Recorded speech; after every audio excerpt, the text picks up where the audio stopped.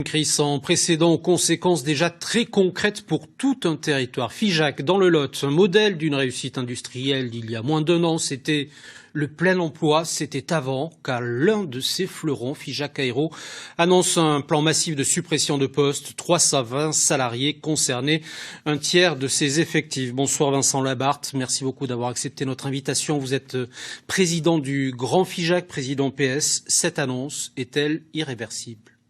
Non, cette annonce n'est pas irréversible, on la regrette évidemment, mais le contexte il est mondial et le fait que Figeac se retrouve dans cette situation s'inscrit finalement dans la normalité de ce qu'on a pu connaître ailleurs. Ça veut dire que selon vos informations, ce plan devrait être allégé ? Ce plan, en tous les cas, est réfléchi. Il a été proposé chez Figeac Aéro, mais il ne faut pas oublier aussi qu'il y a beaucoup de sous-traitants sur notre site figeacois. Et donc, l'idée, c'est de pouvoir amortir au mieux l'effet de cette crise et les annonces qui ont été celles qui ont été faites. Mais Figeac Aéro, qui a pourtant bénéficié de l'aide de l'État au secteur, les élus sont-ils impuissants ?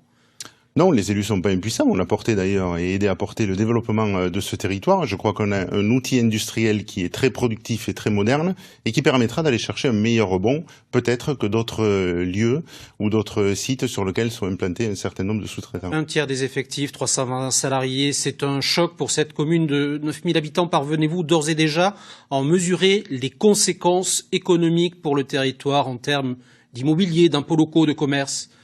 Évidemment, il y aura un choc comme vous le dites, mais pour autant, il faut chercher les solutions, peut-être parler d'une gestion prévisionnelle des emplois et des compétences à une échelle territoriale pour pouvoir permettre à tous ces gens qui vont se retrouver dans une situation délicate de retrouver de l'emploi, peut-être dans l'artisanat, dans l'agriculture, dans l'agroalimentaire, des secteurs qui ont été d'ailleurs quelque peu pillés par l'industrie lorsque celle-ci était florissante il y a de cela quelques mois encore. Mais l'aéronautique durement percutée par la crise qui représente 5000 emplois sur le bassin de Figeac, craignez-vous d'autres suppressions de postes ? Je crois qu'il y aura un repli, mais tous les chefs d'entreprise que j'ai pu avoir au téléphone, pour la plupart samedi d'ailleurs, m'ont fait comprendre qu'ils avaient confiance. Ils se préparaient à un rebond et encore une fois, ils comptent sur un outil productif sur lequel ils ont beaucoup investi et qui est certainement plus performant que sur d'autres sites en France. Et peut-être d'ailleurs aussi, on bénéficiera d'une relocalisation grâce à cet atout qui nous permettra également, avec un centre de formation d'ailleurs qui ouvre ses portes en septembre. Alors évidemment, l'objet sera quelque peu différent de ce qui était prévu, mais nous avons sur le territoire des compétences, de la volonté et je suis persuadé que nous y arriverons. Donc pas d'inquiétude pour ces 300 salariés, ils retrouveront du travail à Figeac, dans l'aéro ? Forcément, il y a de l'inquiétude et beaucoup de compassion pour les salariés d'ailleurs comme pour les chefs d'entreprise et j'ai une pensée particulière pour eux.